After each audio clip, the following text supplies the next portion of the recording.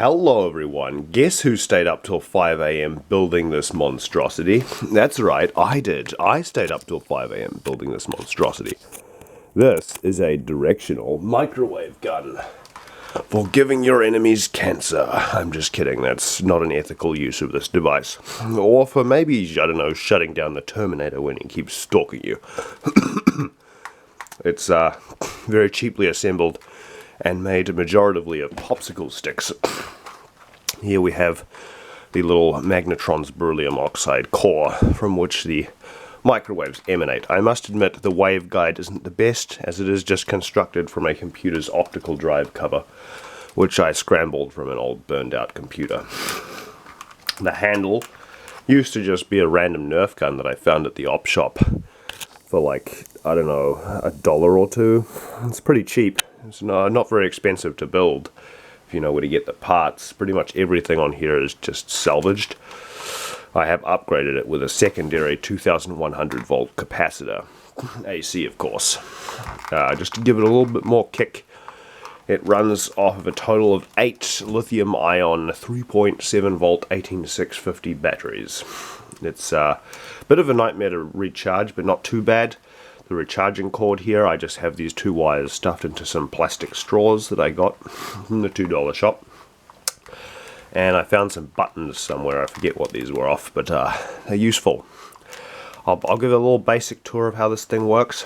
So this switch here is the high voltage power supply, and this switch here is the heating element, which heats up the little beryllium oxide core inside there, allowing the thorium chamber to fly electrons off of it and generate microwaves at an inconceivably terrifying rate.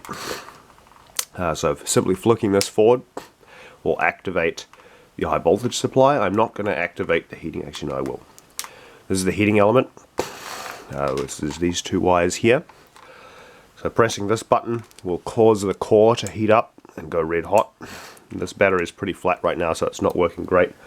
You don't get super long with this thing because there's only 5 little 18650s in here. They can't heat the core up forever.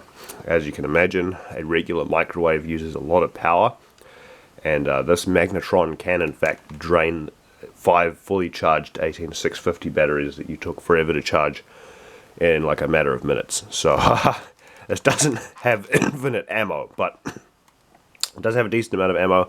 And if you were to, you know, get backup battery packs or even upgrade the battery packs for the heating element with like a car battery or something else, you could definitely get like a ton more ammo out of it, because the high voltage supply takes quite a while to run out despite only being 3 batteries. So when I click this button here, you will see a spark gap jump across between there. Oh dear, you have to reboot it.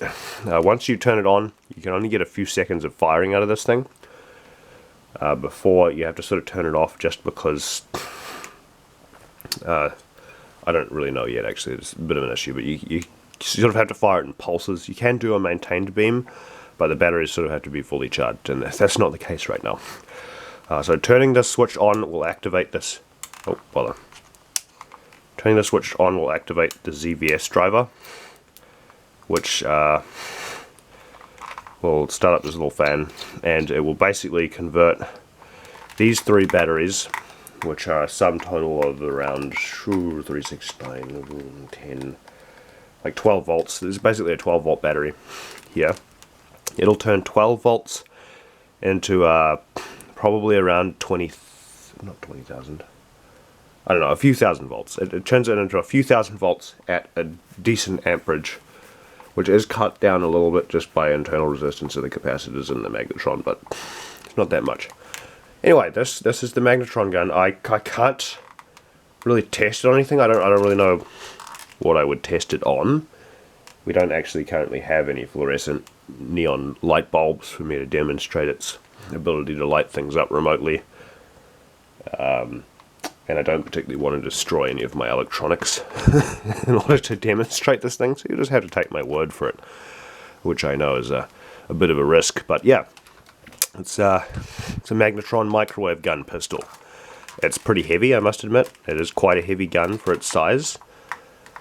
It took me a lot of work it's been a long time since I've made one of these. I think the last time I built one of these I was like 12 or 13, and I got in a lot of trouble for it, and my mum called the police on me, which was a little embarrassing, but understandable, considering that I oversold the last one. Well, the last one of these that I built was way scarier. It used 3 magnetrons, and it had a rocket launcher mounted to it, so I've downgraded for safety reasons, but mainly because of budget cuts. And, yeah, that's it. That's my homemade microwave gun. I'm so sorry if you are hoping for a demonstration of this thing. I can't really deliver that at the moment. But I'm sure you can use your imagination. Or I could edit some cool explosion in that would, you know, make it look like it's way cooler than it is. It's just an EMP H.E.R.F microwave gun that shoots Wi-Fi, but like a lot of Wi-Fi really fast. Okay, toodaloo. Goodbye.